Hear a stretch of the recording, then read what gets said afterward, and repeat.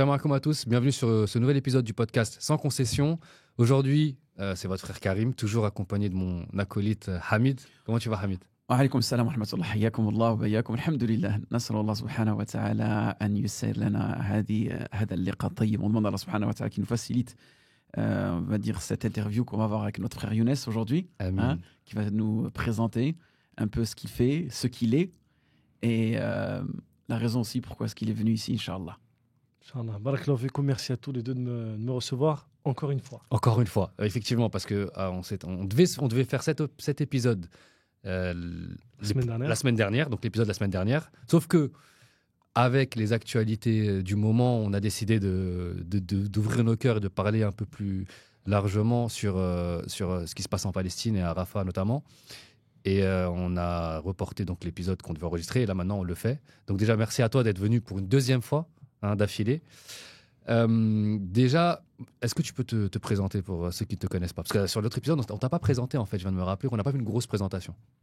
C'est vrai, mais bon, après on a parlé du sujet le plus important, qui était ce qui se passe comme désastre à nos frères, et on demande à Allah Azza wa Jal tout le temps de les soutenir. Amin. Et on demande à Allah Azza wa Jal de nous rendre utiles là-dedans. Amin. Donc moi, je m'appelle Younes, alhamdoulilah, je suis un europapa de 3 enfants. Masha'Allah. Je suis ingénieur de formation, et pendant que je faisais mon cursus d'ingénieur, j'ai fait aussi des études religieuses. Et d'ailleurs, j'ai commencé la première des choses. Moi, j'ai grandi dans une famille religieuse, familiale, et mon père, en fait, était très soucieux à ce qu'on apprenne le Coran. C'est-à-dire que moi, toutes mes vacances, je partais au bled et je partais dans les écoles coraniques. Tu vois, et par exemple, à mes 12 ans, mon père a demandé à un de ses amis de me trouver une école coranique, mais en immersion. Genre où je dors, je mange avec les étudiants. Exactement. Et il avait un ami à Fès qui avait une 15aine d'écoles coraniques. Et ils m'ont emmené dans une école coranique où j'étais qu'avec des orphelins. Alhamdoulilah. Et pendant 2 mois, j'ai appris le Coran avec eux, un petit peu de Coran, etc. Et tout. Et tu vois, avec le temps, tu grandis, l'adolescence, tout ça, tes cousins, ils partent à la plage pendant les vacances, ils vont faire des campings, etc. Et toi, tes parents, ils te mettent sur le Coran. Au bout d'un moment, tu leur dis, j'en peux plus, je veux me reposer. L'année était dure. Tu vois, donc on a fait un soulèvement interne, une révolution à la maison. On a utilisé la maman, bien évidemment. Le levier. le levier de puissance. Et finalement, ce qui s'est passé, c'est que je commençais un petit peu à reprendre un peu, entre guillemets, mon indépendance. Et comme tout le monde, il y a un âge où chasser le naturel, il revient au galop. C'est ça. Les graines que tu donnes à tes enfants, même si c'est dur avec le Coran, toutes ces choses, si tu le fais quand ils sont jeunes, ça crée une base. Et ça revient. Une sorte de dépendance. Exactement. Et donc, du coup, le point d'inflexion, il se fait aux alentours de 20 ans, 22 ans. Entre ma 4e et ma 5e année d'études, déjà, en fait, en parallèle, je faisais des cours à distance. J'étais dans un institut à Médine qui s'appelait l'Institut du Cheikh Moustapha Mabram. On étudiait des livres de croyances, de fiqh, etc. Et en même temps, j'ai fait un petit parcours un petit peu, entre guillemets, universitaire, religieux, théologique. Donc, je faisais mon cursus d'ingénieur, et à côté, je faisais mon cursus religieux. Et entre ma 4e et ma 5e année, en fait, je me suis posé une question. Je me suis dit, concrètement, là, tu vas commencer ta vie professionnelle, une fois que tu es diplômé ingénieur, et pendant 40 ans, tu n'auras plus le temps. Parce que tu enchaînes, tu te maries, les enfants, Exactement. tout ça. C'est vrai. Et je me suis dit, prends une année pour apprendre le Coran. Une année sabbatique. Exactement. Je prends une année sabbatique, et subhanallah, en fait, avant de prendre mon année sabbatique, tu sais, moi, j'ai fait mes études à Grenoble, et quand j'ai fait mes études, souvent en début d'année, il y avait tout le temps des étudiants qui venaient de l'étranger, ils ne savaient pas comment faire. Et souvent, tu vois, on les accueillait. On se passait des coups de fil, est-ce que tu as de la place chez toi? On était dans des petites chambres étudiantes, mais on se débrouillait, tu vois. On se donnait des coups de main. Et subhanallah, en fait, tu sais, ces gens qu'on a aidés, jusqu'à maintenant, j'ai des relations avec certains d'entre eux, tu vois, ultra, très fraternels, très proches. On peut passer des péripéties, il peut se passer beaucoup de choses. Et un frère, il m'appelle, il me dit, ouais, il y a quelqu'un qui vient d'arriver, Meskin, il vient d'atterrir, il n'a pas où dormir, il ne sait pas comment s'y prendre. Et moi, à l'époque, j'étais en colocation avec des frères, et je les appelle, je leur dis, est-ce que ça ne dérange pas que ce soir, il y a un frère, il vient de dormir et tout? Non, viens, marhaba. Il vient, on discute avec le frère et tout. Alors toi, qu'est-ce que tu fais? Moi, je suis revenu, mais cette année, je ne vais pas étudier, je suis venu pour faire les démarches auprès de l'école pour pouvoir en fait partir en année sabbatique. Tu sais, il faut que tu déclares, etc. Et, tout. Et là, en fait, il me parle, il me dit, qu'est-ce que tu veux faire? Je vais apprendre le Coran. Et le mec, il me dit, écoute, passe-moi ton téléphone. Il me dit, je peux appeler. Il appelle au Maroc, il dit, ouais, il y a un petit jeune, il va prendre le Coran, est-ce que tu peux prends sous ton aile. Le prendre sous ton aile. Et la personne me dit, vas-y, donne-lui mon numéro. Quand il vient, il m'appelle. Et moi, donc, avant de partir au Maroc, j'ai le contact de la personne. Et j'ai aussi mon père, il me donne le contact d'un grand savant au Maroc qui s'appelle Shir Sahabi. C'est le plus grand savant de la lecture de Warsh au monde. C'est la plus grande référence. Dans quelle ville? Il est à Sla. Sla. Et Shir Sahabi, donc mon père, il me dit, va le voir et tout. Donc, j'arrive au Maroc. Bon, je vais voir la famille, je salue tout le monde, etc. Ensuite, je vais à cela, voir Cheikh Sahabi. Et Cheikh Sahabi me dit, mon fils, c'est pas possible, je peux pas te prendre. Aïe. Parce que nous, ceux qui viennent chez nous, c'est ceux qui ont appris le Coran plusieurs fois déjà. On appelle ça des silkas en arabe. Il faut que tu aies minimum 2-3 silkas. Plus tu aies des moutounes, tu aies des textes religieux, de tajwid, etc. Il faut que tu aies les bases pour rentrer chez moi. En gros, lui, en fait, vu que c'est une éminence dans sa science, ses étudiants sont déjà des experts. Et moi, je vous raconterai des anecdotes, franchement, avec le Coran, inimaginables. Et donc, du coup, et par exemple, tu vois, quand il me dit ça, avant de me prendre moi, quand il me reçoit, avant de me recevoir, il y a un étudiant qui vient pour lui réciter ce qu'il devait apprendre et lui corriger des fautes. Wallah, j'avais beau tendre l'oreille pour voir où est-ce qu'était l'erreur. Tu la voyais pas. Ouais. Incroyable. C'est des erreurs subtiles. Mais c'est le niveau de technicité, de maîtrise du Coran. Voilà. Donc il me dit, mon fils, c'est pas possible, je peux pas te prendre.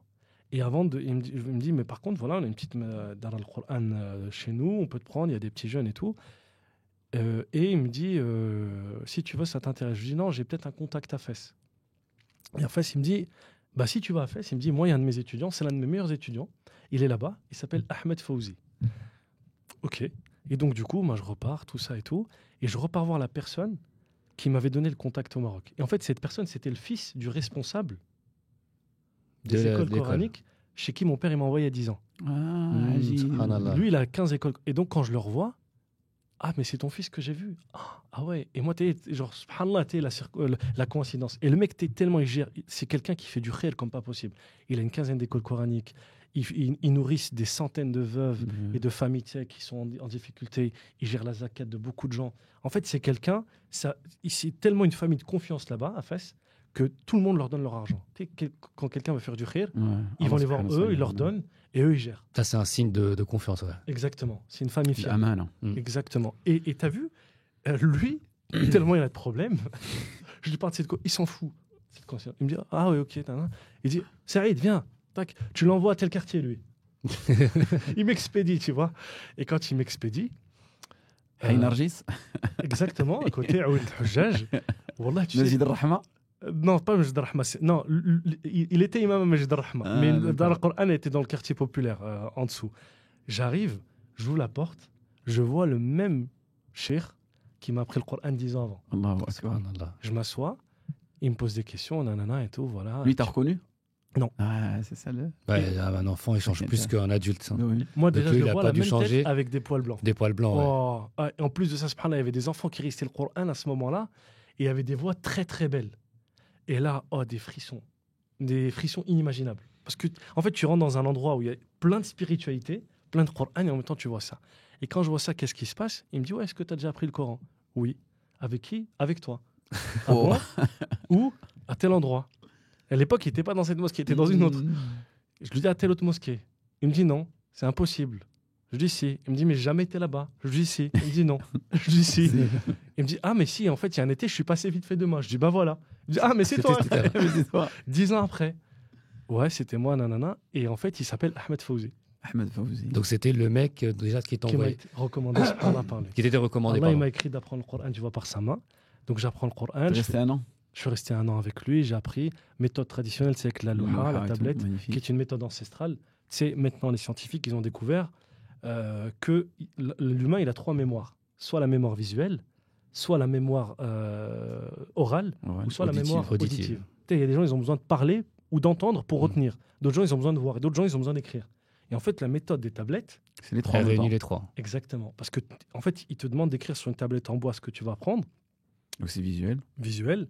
Ensuite, tu récites, tu lis. Tu le lis à voix haute, obligatoirement. Donc tu t'entends. Et même quand tu l'apprends, tu dois l'apprendre à voix haute. Et aussi, donc tu t'entends et tu le prononces. Tu vois ce que je veux dire ou pas ? Donc les 3 mémoires, elles sont réunies. Et ça, nos ancêtres, avant même les études scientifiques, ils l'avaient vu, ils l'avaient compris. Parce qu'ils avaient analysé comment un enfant pouvait apprendre le Coran ou un adulte, et l'avaient fait en place. Et ce qui était même intéressant, c'est que j'avais des gens avec moi qui apprenaient le Coran, mais ils en étaient à leur 2e ou 3e apprentissage, comme je vous ai dit. Ah oui. Sauf que première, 2e, 3e, c'est le cas. Le mec, il était à la 3e, c'est le cas, par exemple. Il se posait le matin, et sa tablette, elle était chèche, il l'avait nettoyée de la veille. Et en fait, tu vois ce qu'il allait apprendre toute la journée, réciter toute la journée, il l'écrivait. En fait, c'était déjà dans sa tête, vu que c'était son 3e apprentissage. Mais tu sais, au Maroc, tu as même des koutab où il est interdit d'avoir un mushaf. Ouais. tout doit se faire de votre propre mémoire. De ta mémoire, ou c'est ton prof qui te dit, ou le shir, et tu dois écrire, et une fois que tu l'as fait, tu lui récites, il te corrige. Parce que aussi, tu sais que l'écriture, c'est un art, en plus dans le Coran. Par exemple, tu vois... Exact. Rasm, c'est un fan, c'est un art. Par exemple, il y a même des moutounes pour maîtriser le rasm. Le même mot, dans le Coran, il est écrit de la manière différente. Al-Anhar, parfois il est écrit avec un alif mahdouf, un petit alif, et parfois avec un alif complet. Al-Qahar, c'est la même chose. Il n'y a que dans Surat Al-Ra'd que le Qahar, il est mahdouf. Tu vois ce que je veux dire ou pas? Donc, c'est-à-dire que parfois, c'est même pas des règles, c'est un art où nous-mêmes, on ne maîtrise pas. Comme Rahma, avec ta marbouta ou bien ta mabsouta. Exactement. Et donc, tu vois, tous ces petits trucs, tu dois les apprendre. Ça veut dire qu'en gros, même tu as appris le texte, en fait, c'est pas l'écrire. Donc, tu as besoin encore de l'écrire. Et moi, j'avais des gars qui écrivaient le matin, de tête. Ensuite, ils allaient voir le shir, ils corrigeaient leur truc. Et lui, il le connaît, le texte, il l'a écrit. Mais il passait quand même le temps à le réciter à voix haute. Tu vois? Et par exemple... ça l'imprime encore plus dans la mémoire. Notre shir, par exemple, le matin, il arrivait, il était souvent KO, qu'Allah le préserve, et il dormait. De temps en temps. Il était pris de coups de sommeil. Mais s'il entend une erreur, il se réveille. Mais parfois, pendant son sommeil, on venait en réciter, dès que tu venais lui réciter, pendant que ta récitation, il s'endormait. Et Wallah, dans son sommeil, les petits, ils crouillaient, ils faisaient les trublions et tout, il n'entendait rien. Mais si tu faisais une faute, il faisait comme ça. Ça le dérangeait, même à l'intérieur, même dans son sommeil. Exactement. Ça lui faisait mal. Et donc, du coup, le Coran, je commence ma vie professionnelle.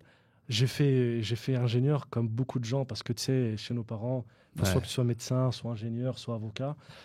Moi, le sang, je craignais un peu le sang quand j'étais jeune, donc du coup, j'étais obligé de faire ingénieur.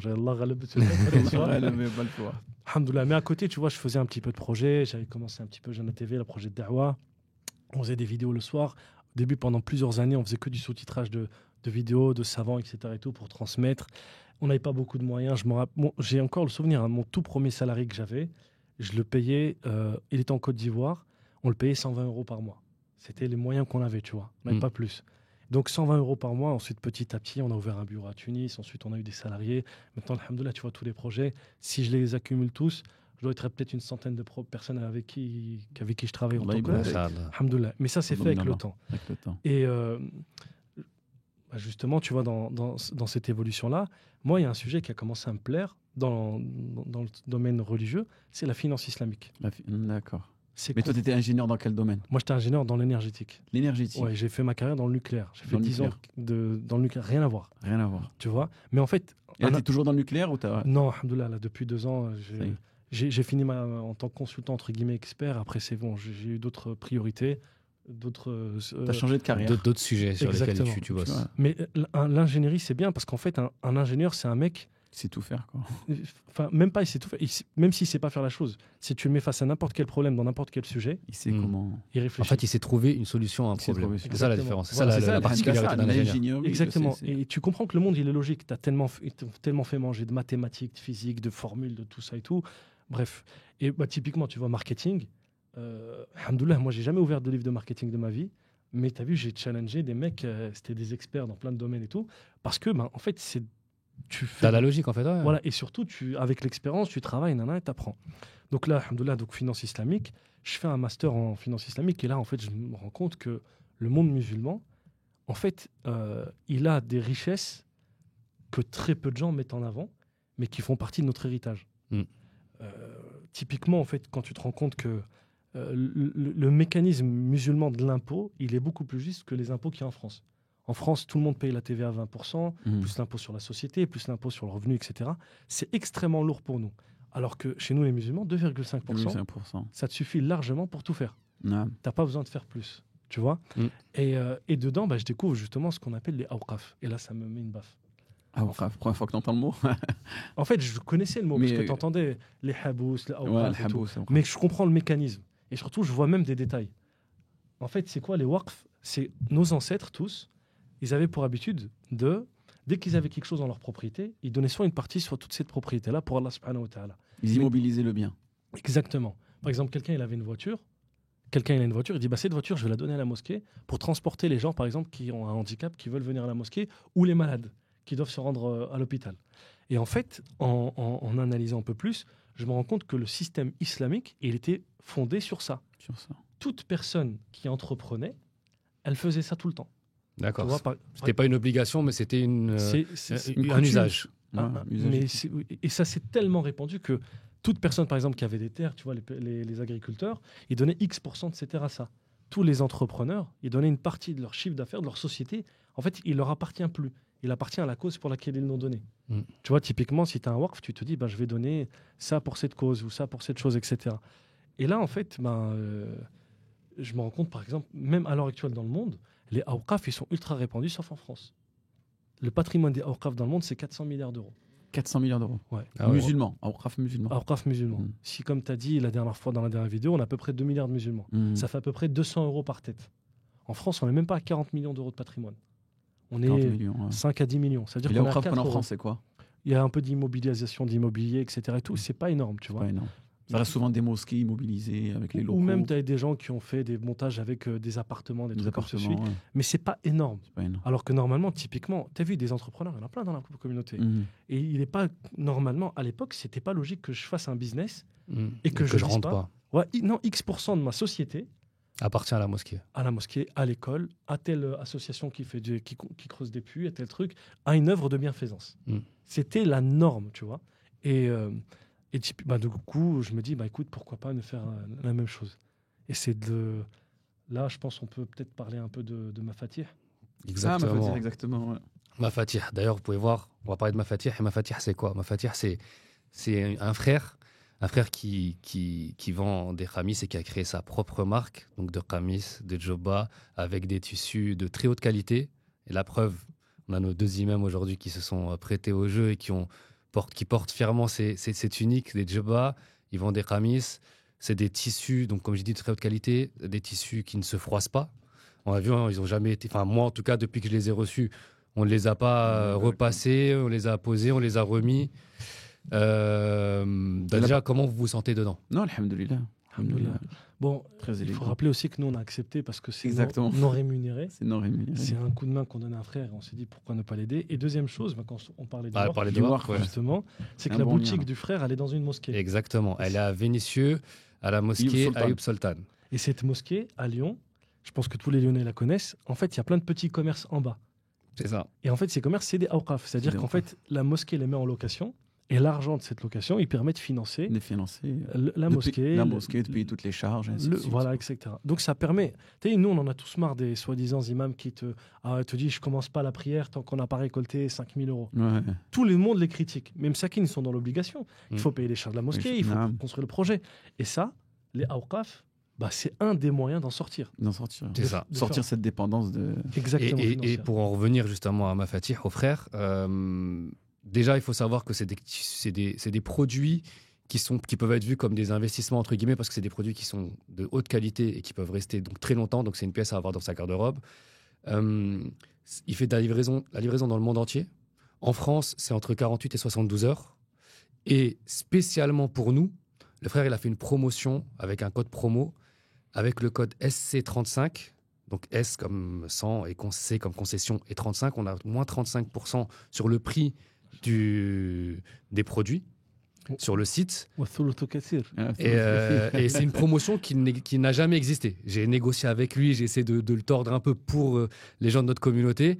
Et le frère, il a accepté. Ça veut dire que même lui, dans ses promotions qu'il a déjà fait dans sa vie et qu'il va faire, il n'ira jamais à ce prix-là. Et ça, c'est un prix qui n'est valable que jusqu'à l'Aïd. Spécialement pour l'Aïd. Là, aujourd'hui, justement, on parle de l'Aïd, donc je pense que ça tombait bien et que ça peut donner de la force aux frères. Donc, SC35 sur le site mafatih.fr. Mafatih.fr, voilà. Et donc, allez-y. Un très bon frère avec qui j'ai beaucoup discuté. Quelqu'un de très bien, quelqu'un qui fait des choses carrées, qualité. Donc, franchement, moi, je vous conseille, allez-y. SC35, faites-vous plaisir. On ne gagne rien. Il n'y a que le frère qui gagne et la mosquée aussi qui gagne. Donc on gagne tous. Et donc on gagne tous au final. Finalement, exactement. Au final, un cercle vertueux. Exactement. Je vais en profiter pour revenir. Est-ce que tu veux revenir sur les waqf? Le waqf, justement, je pense que ça va être la transition pour la suite. Exactement. Là, l'objectif, aujourd'hui, vu qu'on est proche de l'Aïd al-Adha, je voulais qu'on en parle, tu vois, qu'on rediscute un peu de ce que c'est, de pourquoi, de comment il faut faire, etc. Même si, voilà, c'est basique. Les gens connaissent quasiment tous l'historique, mais est-ce qu'on peut faire un rappel rapide de ce que c'est que l'Aïd al-Adha? Parce que j'imagine qu'il y a des gens aussi qui ne connaissent pas forcément pas la vraie histoire, j'ai envie de dire, mais l'historique un peu, sans rentrer forcément dans les détails, mais est-ce que vous pouvez nous faire un rappel sur tout ça? Vas-y. Eid al-Udhiya, qui fait partie, on va dire, des grandes fêtes musulmanes, qui est après Eid al-Fitr, la deuxième grande fête musulmane, c'est un moment où le musulman il va montrer cette ibada, une adoration qui est le sacrifice. Car Allah subhanahu wa ta'ala nous dit plusieurs fois dans le Coran, Fassalli li rabbika wanhar. Donc Allah subhanahu wa ta'ala, il a juxtaposé cette adoration qui est le sacrifice, qui est le fait d'immoler une bête, d'égorger une bête, à l'une des meilleures adorations qui est la prière. Sachant que la prière sera la première adoration sur laquelle nous serons questionnés.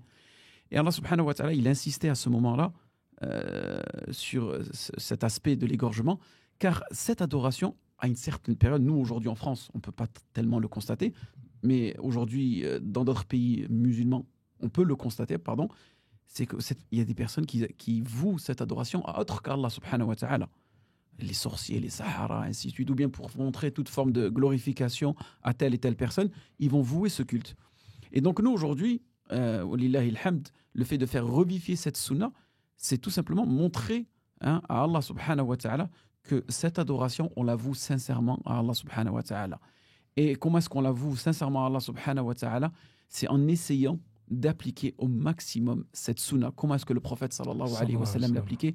Choisir la meilleure des bêtes avec les meilleures caractéristiques et bien sûr de passer par cette étape qui est l'immolation et qui est l'égorgement. Donc Younes, si tu veux ajouter quelque chose à ça? En fait, Allah subhanahu wa ta'ala dans le Coran nous dit ذلك ومن يعظم شعائر الله فإنها من تقوى القلوب. Et c'est ainsi, quiconque fait vivre les rites, les traditions que Dieu a mis, ceci est un signe de la piété dans son cœur. L'Aïd al-Adha, c'est un rite musulman, multimillénaire. C'est le rite de notre père Ibrahim alayhi salam. Le fait de le faire perpétuer, c'est un signe que la personne a la foi dans le cœur et qu'elle aime Allah et son messager. Et c'est le jour le plus important dans le hadith authentique de l'année, Yawm al-Nahr. Et la chose la plus importante dans ce jour, c'est le fait de sacrifier des bêtes pour Allah subhanahu wa ta'ala. En fait, c'est une offrande qu'on fait à Dieu.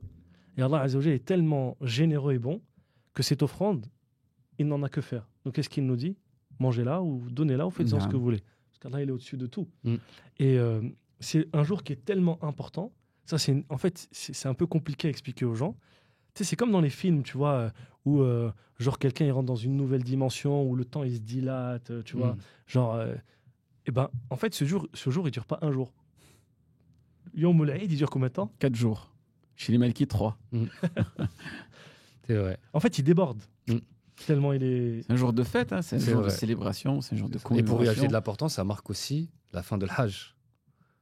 Donc tout est lié aussi en même temps. Exactement. On a parlé d'immolation. Quels sont les critères pour choisir une bonne bête à immoler? Je voulais dire un mouton, mais ça peut ne pas être un mouton aussi. Et qui est mieux placé que toi pour pouvoir nous dire ça? Hamid.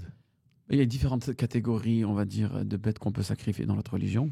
On a les ovins, les caprins, les bovins et les camélidés. Et ce qui est le meilleur durant l'Eid, c'est les ovins. Alors que durant le Hajj, ce sont les camélidés. Regardez la hikmah d'Allah subhanahu wa ta'ala. Camélidés, c'est les chameaux et les dromadaires, tout ça. C'est ça. Et les caprins, c'est tout ce qui va être chèvre, et ainsi de suite. Les bovins, ça va être tout ce qui va être vache. Et ovins, tout ce qui va être mouton, agneau. Donc, on a ces 5 catégories. Pour vous dire, regardez, on a le choix. Parce qu'il y a certaines personnes qui pensent qu'il n'y a que ce type d'animal-là qu'on peut égorger. Non. Alhamdulillah, on a le choix.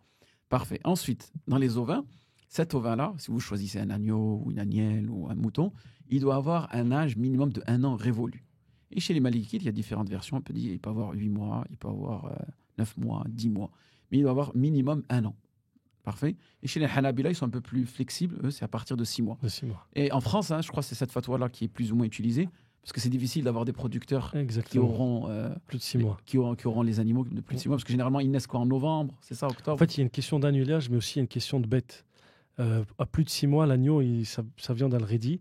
Elle est plus bonne à la pas plus bonne à la consommation, mais elle est plus aussi bonne tendre que. C'est parce que c'est par rapport à la race française, c'est ça? Par rapport aux races européennes. Il y a le prix aussi. Le prix, il double entre 6 mois et 1 an, parce que la bête, elle consomme, elle prend du poids. Et également aussi, il y a la question d'annulage. En fait, les agneaux, la plupart des races européennes, à part 2-3 en France, en fait, elles mettent bas qu'à certaines périodes. Donc, du coup, c'est très compliqué d'avoir du 1 an à cette période-là.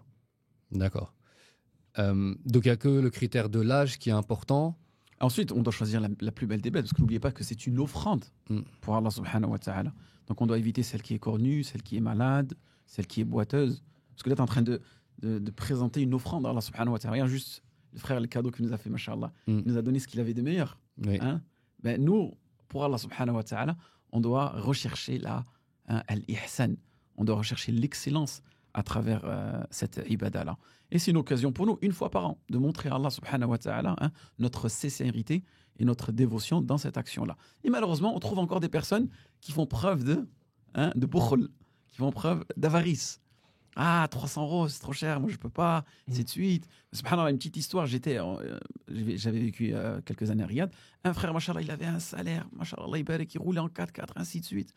Et le jour où il fallait effectuer l'aide, on va ensemble au marché.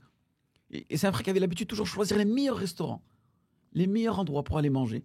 Et on va dans le marché, on est à Riyad, on tourne, il y a différentes bêtes, il y a différentes races.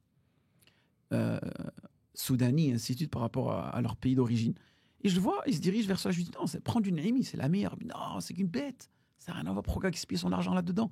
Je lui dis mais Harry, c'est pas gaspiller de l'argent. Mais les gens, c'est ça. Un problème, c'est gaspiller de l'argent. Je lui dis non, là, tu es en train tout simplement d'acheter une offrande que tu fais à Allah subhanahu wa ta'ala. Et j'avais du mal à le convaincre. Et finalement, il a quand même acheté la bête la moins chère, car pour lui, il n'y avait aucune importance. Et c'est ça le problème aujourd'hui. C'est que quand c'est pour une vocation matérielle, on donne tout. On prend le dernier iPhone. On prend le dernier iPhone. Quand c'est quelque chose de mondain... Pourtant, on n'a pas besoin du dernier iPhone. Exactement. Ouais. Mais si on peut, on le prend. Pourtant, c'est vrai, exactement. Ça reste un téléphone, si on se régit son raisonnement. Mais quand il s'agit de se rapprocher d'Allah subhanahu wa ta'ala, on commence à faire un peu les avares. Il y a un frère, moi, qui me pose cette question-là. Il me dit, j'ai un crédit. Est-ce que je dois demander l'autorisation à mon créancier si je peux faire le Eid cette année ou pas? Je lui dis, ton crédit est combien? Tu vois, parce que j'ai acheté une baraque, c'est 100 000 € ou 80 000 €, une grosse somme. Je lui dis, tu vas demander l'autorisation pour 300 €. Et en réalité, il cherchait juste une excuse. Et là, c'est ce qu'on fait énormément. On recherche des excuses dans le but, quelque part, d'invisibiliser cette ibada. Et nous, regardez, en France, la plupart de nos adorations, elles sont, on va dire, plus ou moins cachées. Parce qu'on vit dans un pays où c'est difficile de montrer quelque part notre religiosité. Ça, là. Et l'Eid al-Adha, c'est l'un des meilleurs moyens pour nous, quand même, de manifester notre joie et de manifester aussi ces sha'a'ir, comme il a mentionné le frère Younes, ces rites. Et n'oubliez pas que ça peut être une forme de da'wah. Donc il est important de faire revivifier dans le cœur des musulmans l'importance. Une fois qu'on aura répondu à cette question-là, le reste, ça sera facile. Parce qu'aujourd'hui, on se focus sur le technique. Un détail, je peux pas, il n'y a pas les moyens, ainsi de suite, il n'y a pas d'abattoir, les bêtes, les enfants n'aiment pas trop la viande, c'est difficile à stocker, ils ne veulent pas la manger, c'est cher, j'ai des dettes, ainsi de suite. Voilà, moi j'ai entendu des gens te dire oh non, l'Aïd c'est bon, je prends juste des côtelettes chez le boucher. Et c'est bon. Voilà. En fait, le Aïd, avant que ce soit un moment de fête en famille où on va manger de la viande, c'est surtout un moment où on doit, comme tu as dit, respecter les rites religieux. Donc du coup, quand par exemple, typiquement, tu as même des familles, te disent j'ai acheté l'agneau du Aïd, je suis sorti de la mosquée, je l'ai pris chez le boucher en face. Ou je l'ai acheté à Carrefour ou je sais pas où. C'est impossible qu'ils te les sacrifient après la prière de l'Aïd, sachant que la condition pour que ça soit un sacrifice, c'est que ce soit après la prière. Exactement. Donc tu vois, il y a pas mal de choses. Non, c'est même pas. Je crois que la condition, c'est que ce soit après que l'imam ait lui-même égorgé, non? Non, ça c'est des traditions. En fait, il y a des traditions dans le pays. Et ça, c'est une garantie en plus que certains ils ont mis. Comme pour ça, être sûr. Il n'y a pas d'entourloupe. Parce qu'un mec il va dire c'est bon, je vais faire la prière avec mon cousin chez moi. Et tu vois non, c'est un garde-fou. Voilà, exactement. Parce que moi, c'est l'idée que j'avais. C'était qu'il fallait attendre que l'imam. On laissait tout le temps un peu de temps après la mosquée pour que l'imam rentre chez lui. Il égorge et après, on pouvait égorger. Ouais, c'est vrai que ça, c'est dans beaucoup de pays maghrébins parce que tu avais beaucoup de philous qui disaient nous, on a fait la prière. Ça, justement, nous, c'est un problème qu'on a avec Kepchi. T'as des abattoirs où, en fait, t'as vu 10 minutes après le shuruq, idbah. Ils n'attendent pas là. Pour aller vite. Parce qu'ils sont deux, le mec qui égorge les trucs, ils font une prière de l'Aïd vite fait, en 5 minutes. C'est bon, on a fait notre salat. Non. Tu vois, dans ce cas-là, effectivement, il faut mettre cette condition-là. Ok, d'accord. Ouais, c'est un garde-fou. C'est dommage de vouloir toujours courir après le temps, même dans les moments d'adoration. Mais par contre, la religion, elle est bonne là-dessus. Par exemple, tu vois, j'avais lu aussi dans les livres de fiqh que la prière de l'Aïd al-Fitr, il est bon de la retarder pour laisser le temps aux gens de sortir zakat al-Fitr. Parce qu'une fois que l'imam il monte sur le minbar, il n'y a plus de zakat al-fitr. Et l'Aïd al-Adha, c'est l'inverse. Il faut la mettre le plus tôt possible. Le plus tôt possible, que les gens ils aient le temps d'égorger. Exactement. Après, bon, ça peut être compréhensible parce que les mecs qui sont, enfin compréhensible entre guillemets, mais les gars qui ont pour métier, en tout cas pour travail à ce moment-là, d'égorger les abattoirs, bah, les gens, en fait, après, derrière, ils les pressent. Et ils n'ont pas 1, 2, 3, ils ont des centaines de moutons et donc ils doivent aller vite. Après, il y a des pressions des gens qui viennent récupérer leurs moutons. Donc peut-être que eux, ça part d'une bonne intention aussi. Mais effectivement, c'est mieux de mettre des garde-fous pour être sûr que ce soit fait dans les bonnes règles. Mais toi, dans ce cas-là, Younes, excuse-moi de t'interrompre. Pourquoi tu as choisi ce type de waqf, Kabchi? Tu n'as pas choisi autre chose? Je ne l'ai pas choisi. Tu as vu, en fait, quand tu es jeune, tu essaies 3-4 projets à droite, à gauche. J'ai eu pas mal de projets qui n'avaient pas vu le jour. Ouais. Et lui, en fait, mon père, à l'époque, il était guide avec une association pour partir au Hajj. Et je l'ai accompagné une fois ou deux. Et tu vois, il s'occupait des moutons du Hadi, de ceux qui sont au Hajj. Je dis, mais nous, en France, on a des gens qui n'ont pas de solution. Il m'a dit, bah regarde, s'il y en a, ils veulent et tout. Donc, je fais un test. Je mets un petit truc, ça marche bien. Et d'après, ça marche encore plus, etc. Jusqu'à ce que, alhamdoulilah, tu vois, on a pris... entre guillemets, le leadership en France, il y a des dizaines de milliers de familles qui passent par nous. Tu vois, et on propose les deux services. Parce qu'effectivement, le mieux, c'est d'avoir un agneau pour soi-même, mais tu en as beaucoup d'autres, tu vois, ils ont un petit congélateur, ils n'ont pas quoi en faire et tout. Ils te disent, bah, vas-y, donne-le en Afrique. Et on a vu même que beaucoup de gens, il y avait pas mal de choses qui se disaient à droite, à gauche, qui prenaient l'argent, tu vois. Par exemple, quelqu'un, il va prendre l'argent pour 200 sacrifices, il va faire que son mouton et tout. On a fait un truc très simple, on a dit, systématiquement, pour chaque personne qui paye, eh ben, on va lui envoyer les vidéos de son sacrifice à lui. Tu vois, avec son nom qui va être prononcé. On ne peut pas tricher avec, tu vois. Et ça a commencé à plaire de plus en plus, alhamdoulilah. Et c'est ce qui fait que... La transparence, la traçabilité. Et de l'autre côté, on livre aussi en France avec pas mal de partenaires que nous avons sur le territoire.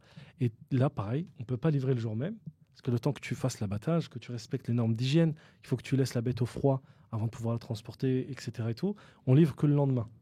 On livre que le lendemain et je ne vous raconte pas les défis logistiques qu'on a chaque année. Parce qu'on livre des milliers de bêtes à travers la France. Et l'année dernière... C'est un aide mouvementé. On ne dort pas. Littéralement, je vous jure, on ne dort pas. L'année dernière, j'ai fait Salat al-Eid et tellement j'étais fatigué. Tu sais, Salat al-Eid, tu fais 7 takbira la première et 5 la deuxième. Mais j'ai oublié de les faire. Effectivement, ça monte un état de fatigue assez avancé. J'avais oublié de le faire. Et donc, du coup, des péripéties, on en a. L'année dernière, pareil, j'ai un des chauffeurs d'un camion qui devait transporter pour livrer des mosquées, des moutons.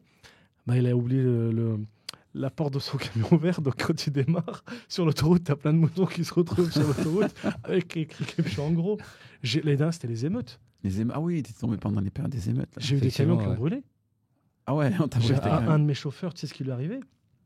Les jeunes, ils l'interpellent dans le 93 et lui, c'est à quoi dans le camion? Il commence à le descendre, à le taper. Il leur dit, mais moi j'ai des moutons pour la mosquée du Stument, ouvre le camion. Je pensais qu'il avait des télés ou je sais pas quoi. En fait, il ouvre avec des cartes. Ils l'ont envoyé, ils l'ont dit, vas-y, rentre chez toi. J'ai quelqu'un d'autre qui me bloque un camion sous un pont. Ah ouais, genre il a voulu passer, mais il était trop petit, trop grand le camion par rapport au pont. Donc des péripéties, t'en as. Et en plus de ça, les gens, beaucoup de gens... Comme dans les vidéos qu'on voit un peu sur les réseaux sociaux. Et tout ça, ça t'arrive, t'as une péripétie comme ça toutes les 10 minutes. T'as même pas le temps d'en encaisser une, qu'il y a l'autre qui arrive, qui est plus grosse. Ouais, c'est ça, c'est la concentration en fait de toute l'activité à un moment. Et les gens ne patientent pas. Donc, et en plus de ça, tu vois une autre communauté, machallah, tu vois, quand il a pas son mouton, il te traite de tous les noms d'oiseaux. Il y en a même qui nous ont cafard, tu vois. Ah oui. Mais ce qui est drôle, c'est qu'une fois que tu lui donnes son mouton entre les mains, t'es le meilleur des gars. Ah ouais. Je te jure, littéralement, il y a une année, il y a un mec qui nous avait menacé de tous les noms. Je vais vous faire. Et dès qu'il a reçu son mouton, Barakallahu fikoum, vous assurez et tout, qu'est-ce que je peux faire pour vous aider? Attends, mais t'étais en train de me... C'est juste le stress. Voilà, il y a le stress. Cette bipolarité, là, c'est vous d'un coup. Tu passes du tout. Et vu qu'effectivement, c'est une grosse quantité et qu'il y a des défis logistiques énormes, il faut transporter, il faut ceci, il faut l'accord du vétérinaire, il faut s'assurer de ceci, etc. et tout, ça met des difficultés. Mais alhamdoulilah, chaque année, quand même, on y arrive, on livre dans les temps, il y a parfois des retards. Ah. Et là aussi, pareil, tu t'étonnes, parce que quand, je sais pas moi, un colis Amazon, il arrive en retard, les gens, ils en font pas tout un... Mais le mouton, s'il n'arrive pas à la période où tu lui as dit qu'il doit venir, ça y est, c'est compliqué. C'est toi le mouton. C'est toi qui te fais tondre. Exactement. Rapidement, pour revenir, on parlait tout à l'heure des prix. Aujourd'hui, on sait que voilà, il y a l'inflation, il y a les budgets des gens qui baissent, les prix qui augmentent. Donc les prix des moutons font partie de ces prix-là qui ont beaucoup augmenté, même entre l'année dernière et cette année, que ce soit ici ou au bled d'ailleurs, parce qu'il y a beaucoup de gens qui ont l'habitude d'acheter au bled, de faire égorger au bled, etc. quels sont les critères financiers pour dire je suis obligé d'acheter un mouton? Est-ce qu'il y a un montant comme la jizya ou je sais pas un peu, tu vois? Non, les fuqaha, ce qu'ils disent, les malikites, ils disent celui qui a le nisab de la zaka, celui qui est capable, celui qui paye la nisab, zaka. Je dis jizya, je fais nisab, pardon. Le nisab, celui qui a le seuil minimum. Celui qui a le seuil minimum, c'est ça. C'est-à-dire dans son compte, il a le seuil minimum pour pouvoir payer la zaka. Admettons, toi, tu es capable de payer la zaka, donc dans ce cas-là, tu as là quelque part la capacité donc le nisab au tenté. C'est-à-dire à ce moment-là, au moment où tu es censé acheter un mouton, tu fais ton calcul pour voir si tu es dans le nisab ou pas. Et là, tu peux te dire j'achète ou j'achète pas. Après, c'est juste une recommandation des certains. Oui, non, mais c'est justement c'est pour généralement clair, parce que comme tu as dit, il y a beaucoup de gens qui essaient de se faufiler. Il y a un hadith, il te dit man kana lahu sa'a wa lam yudahi fala yaqrabanna musallana. Donc le messager sallallahu alayhi wa sallam dit celui qui a la sa'a, c'est-à-dire qui a la capacité. Et ça, c'est, on va dire, c'est vraiment subjectif à chacun. Tu sais comment gérer tes dettes, tu sais. Voilà, peut-être que dans ton compte, tu n'as que 1 000 euros, mais tu sais que dans un mois, tu vas partir en vacances et tu vas trouver de l'argent gauche à droite. Oui, mais c'est vraiment à toi comment gérer ton budget. Chacun, comment est-ce qu'il gère son budget. Mais si au fond de toi, tu sais que tu as la capacité, donc là, je suis en train de te parler de ton intérieur, tu sais que tu as la capacité et tu ne fais pas cette adoration-là, le messager, sallallahu alayhi wa sallam, dit « Fala yaqrabanna » Et là, il y a le noun li tawkid, un noun niswa li tawkid. Il est très fort ce noun. C'est-à-dire qu'il n'approche en aucun cas nos musalla. C'est-à-dire qu'il ne vient pas prier avec nous. Mais pour Salat l'Aïd. C'est-à-dire Salat l'Aïd, fais-la à la maison. Non, mais c'est pour ça que je dis ça, parce que je sais que c'est important. Tu as la capacité de dahi et tu viens prier avec nous. Man ant, tu es qui? Sachant que Salat l'Aïd, le professeur il a demandé à ce que tout le monde vienne. Même la femme qui a ses menstrues. Exactement, elle doit venir. En fait, c'est vraiment le moment. C'est le moment où tout le monde doit venir. Tout le monde doit venir. On doit manifester c'est à ce moment-là, on doit manifester notre identité religieuse quelque part. Exactement. D'ailleurs, j'en profite pour faire la transition. Il y a des sunnahs pour ce jour-là. Est-ce que vous pouvez nous les donner?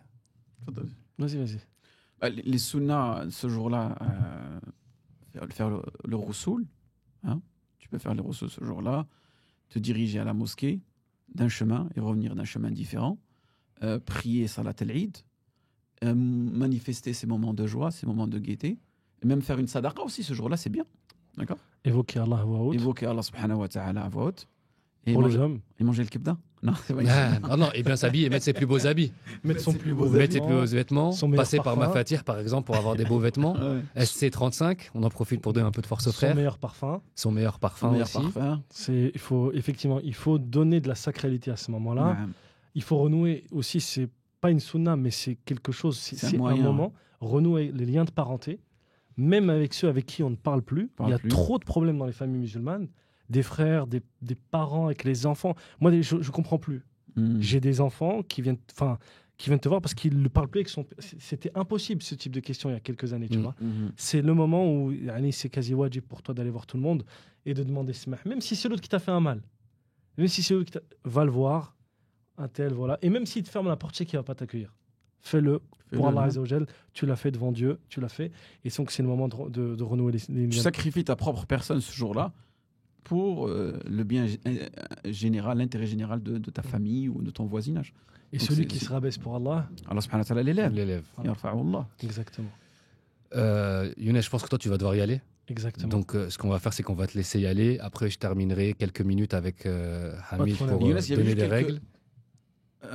Quelques petites questions. Aujourd'hui, qu'est-ce que tu en penses? Est-ce qu'il faudrait plus investir dans des abattoirs mobiles ou plus ou moins, entre guillemets, on va dire, pousser les gens à faire leur hadi à l'extérieur du pays? Non, clairement, il faut faire des abattoirs mobiles.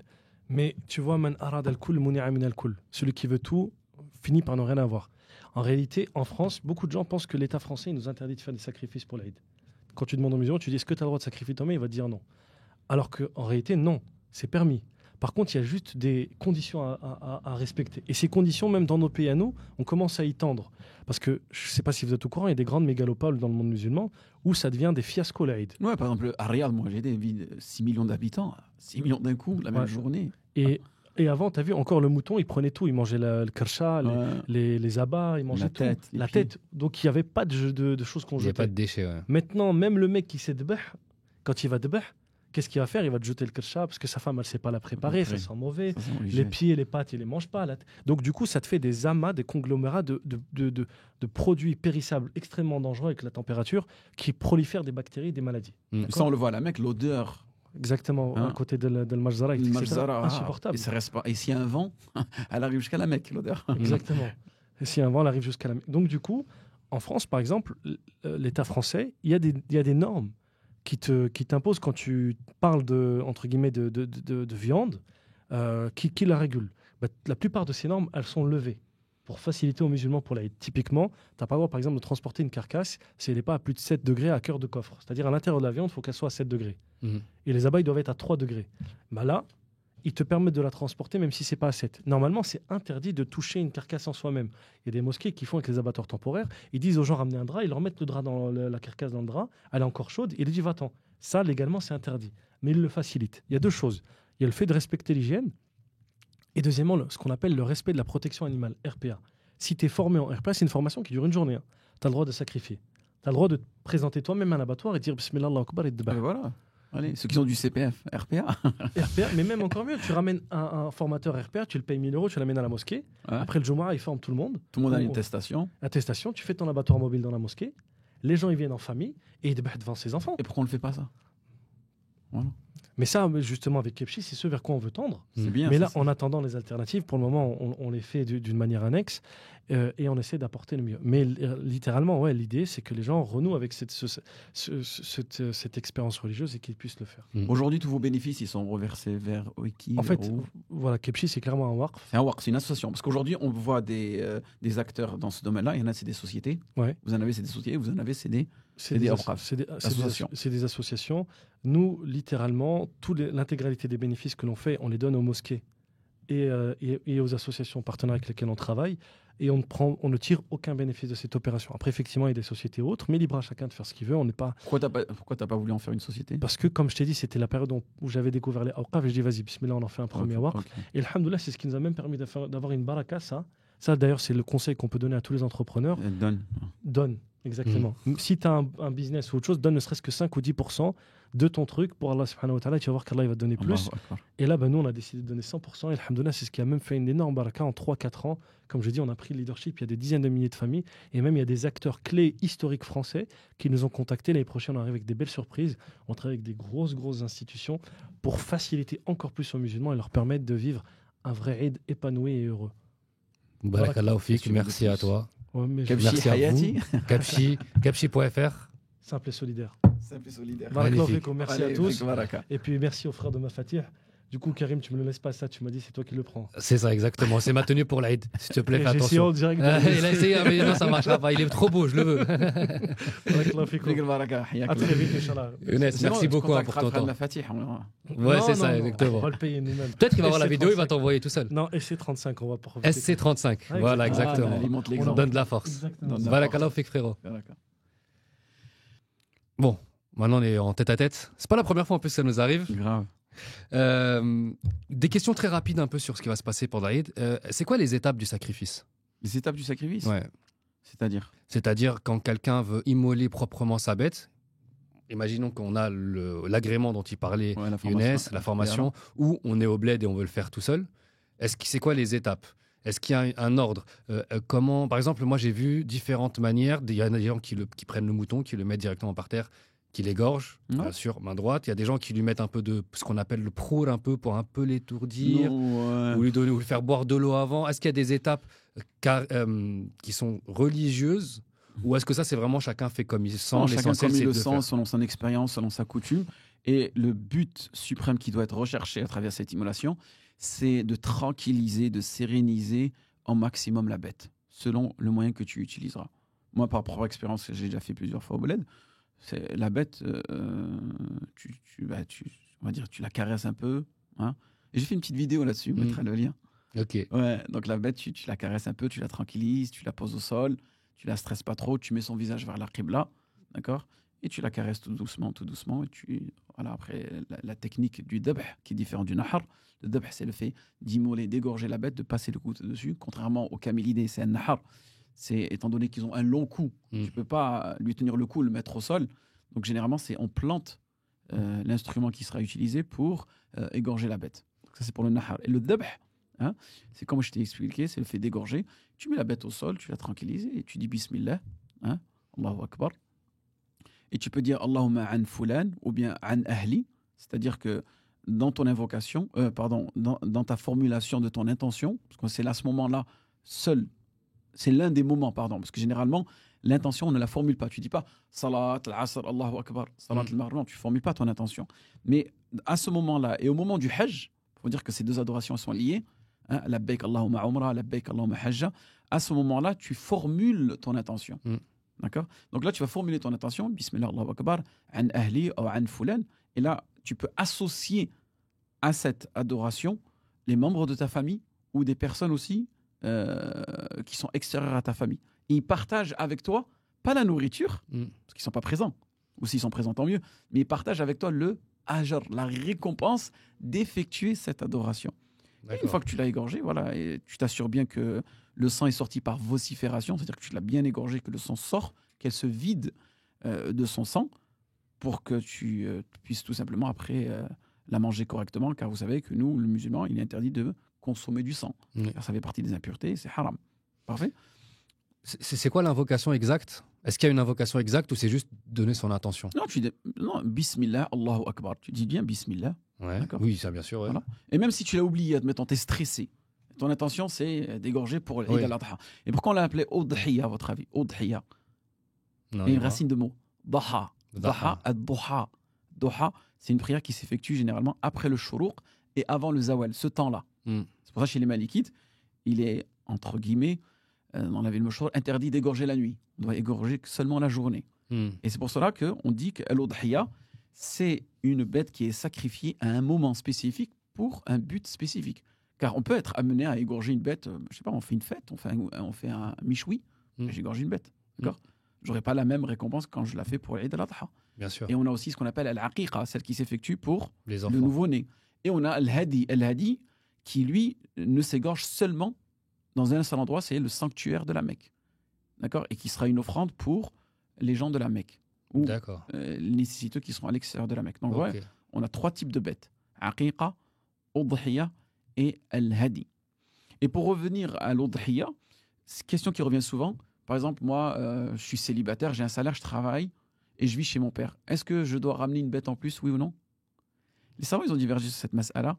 Ce qu'ils te disent dans l'école l'imam Malik, c'est que si ton père, tu vis avec lui, d'accord, et tu es sous sa charge, il peut t'incorporer dans son intention et dans ce dabha-là. Mais si tu es indépendant... Si tu es indépendant, ben, là, ça devient une sunna mu'akkada. Sunna mu'akkada, c'est-à-dire que c'est une action fortement recommandée dans notre religion de le faire soi-même. Parfait. Et vous avez même des savants qui sont allés plus loin que ça. Ils ont dit que c'est obligé. C'est une obligation, c'est wajib. Et ça, c'est l'avis d'Al-Awza'i, l'avis de Layth et nos frères turcs, eux, dans le madhab d'Abu Hanifa. Pour eux, c'est une obligation. C'est pour ça que vous verrez que dans le madhab d'Abu Hanifa, c'est une adoration qui n'est pas délaissée. Donc, nos frères turcs, ils la pratiquent. Et la plupart du temps, je pense, ils égorgent des vaches, des veaux. Ils se mettent à plusieurs. À oui, 7. Parce que la règle, c'est 7 sur un 7. ovin. 7 sur un bovin. Un bovin, pardon. Et l'ovin, c'est une personne. Une seule personne. D'ailleurs, justement, tu parlais de ça. Aujourd'hui, de plus en plus, on a des gens qui ne savent pas faire cette adoration et qui ne veulent pas le faire et qui préfèrent appeler un boucher. C'est quoi la règle par rapport à ça ? Est-ce que chaque musulman est obligé de faire son propre... Non, tu veux faire par procuration. De l'apprendre. Tu peux le faire par procuration, il n'y a pas de mal. Ça veut dire que si c'est quelqu'un d'autre qui le fait et qui le fait juste à ton nom, ça suffit. Tu n'es pas obligé, toi, parce qu'aujourd'hui, on a 2 extrêmes. D'apprendre à le faire. Je vais t'expliquer, aujourd'hui, on a 2 extrêmes. Tu as des personnes, même je parle parfois avec certains de nos papas, « Ah, moi, le Eid, si c'est pas moi qui l'égorge moi-même, et je peux pas faire ça dans mon jardin, je peux pas faire ça chez moi, et je fais pas mon shawi, je vois pas mon dokhan, ainsi de suite. » Lui, vraiment, il fait une analogie. Il pense qu'il va reproduire exactement le Eid comme il faisait quand il était petit au bled. Donc il dit, moi, si c'est pas comme ça, ben moi, je l'effectue pas. Je préfère envoyer de l'argent à travers une association, et la bête, elle sera égorgée là-bas en mon nom, et j'aurai effectué le sacrifice, et j'aurai une hasana, j'aurai donné ça aux pauvres. Mais ce qu'il faut que tu comprennes, Akhi, c'est que le but de cette adoration, ce n'est pas de donner de l'argent à des nécessiteux. Ça, il y a un autre moment pour le faire. Ou nourrir des nécessiteux. Ça, c'est plutôt durant Zakat al-Fitr, par exemple. On doit nourrir des nécessiteux. Là, al-Udhiya, c'est le fait d'atteindre un but suprême qui est une adoration qui s'appelle l'immolation, le sacrifice. Et plus tu seras proche de cette adoration, et mieux ce sera pour toi. C'est comme ta prière. Ta prière, tu peux la faire chez toi de façon individuelle, tu peux la faire à la mosquée, et encore mieux, tu peux la faire à la Mecque. Hein? Si Allah subhanahu wa ta'ala, il te donne l'opportunité, on n'est pas en train de forcer les gens, mais on doit essayer à chaque fois d'optimiser, de maximiser nos adorations. Si Allah subhanahu wa ta'ala te donne l'opportunité de faire toutes tes prières à la Mecque, fais-les. D'accord? Si tu ne peux pas, fais-les à la mosquée. Et si tu ne peux pas vraiment pas les faire, au moins fais-les chez toi. Donc ce qu'on dit aux personnes, wallah, si vous voulez, si demain l'État il vous dit vous recevrez une prime de 1 000 € ou de 2 000 € si vous nous envoyez la vidéo dans laquelle vous êtes en train d'égorger votre bête, voilà, tout le monde va se former là-dedans. Tout le monde voudra se former dans ce domaine et tout le monde cherchera un moyen d'effectuer cette adoration. Pourquoi? Parce qu'il y a une récompense matérielle derrière. Alors que nous, on a oublié quoi? La récompense divine. Allah subhanahu wa ta'ala, dans le hadith Qudsi, nous explique que avant que le sang atteigne le sol, il arrive auprès d'Allah subhanahu wa ta'ala. Car le fait que le sang soit égorgé d'une bête, bien sûr, soit égorgé pour le nom d'Allah subhanahu wa ta'ala, c'est une adoration, comme je t'avais expliqué au début du live, du podcast. C'est que cette adoration, elle peut être vouée à une autre personne qu'Allah subhanahu wa ta'ala. Ouais. Donc c'est ça le but. Et Allah subhanahu wa ta'ala, il dit dans un autre hadith, le prophète sallallahu alayhi wa sallam dit dans un autre hadith, que ce que Allah subhanahu wa ta'ala acceptera de nous, de cette adoration, ce n'est pas sa viande, ni ses cornes, ni son pelage. Ce n'est pas cela. Ce sera la piété, la taqwa. Donc c'est une autre façon encore de montrer notre taqwa.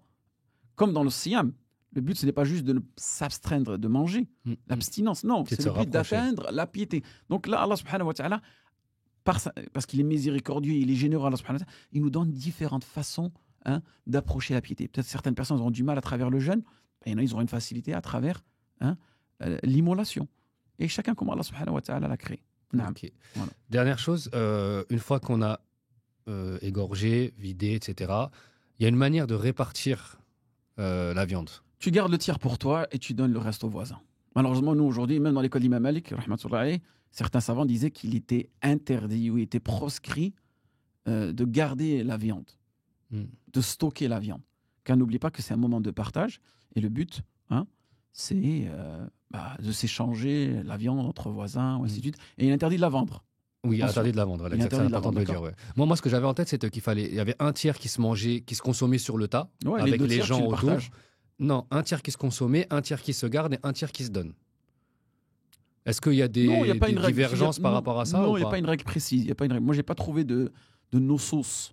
D'accord. On va dire là-dessus. Donc c'est ou un tiers tu le gardes si tu consommes pas tout de suite et tu donnes le reste. Sauf que si c'est toi qui égorges, donc c'est sur le coup, donc à ce moment-là tu peux manger un tiers, garder un tiers et donner un tiers. Là c'est vraiment comme bon te semble. L'essentiel c'est de ne pas vendre. Voilà, c'est de ne pas vendre et de partager ce bonheur avec des personnes qui n'en ont pas. Ok. Et voilà, et manifester notre moment de joie et de gaieté durant ce moment-là. Ok. C'est l'un des grands plus je pense qu'on a fait le tour un peu de la question. Est-ce que tu as d'autres Non, moi choses je vais y à aller. rajouter? J'ai la khotba là, il faut que j'y aille. C'est parti. Merci beaucoup. Barakallahu fikum. Barakallahu fik. Barakallahu fikum à vous de nous avoir suivis. On n'oublie pas le frère Mefatih, SC35. Je vous mettrai de toute façon le lien dans la description. Il y aura tout. Et salam alaikum. Et à la prochaine, Charles.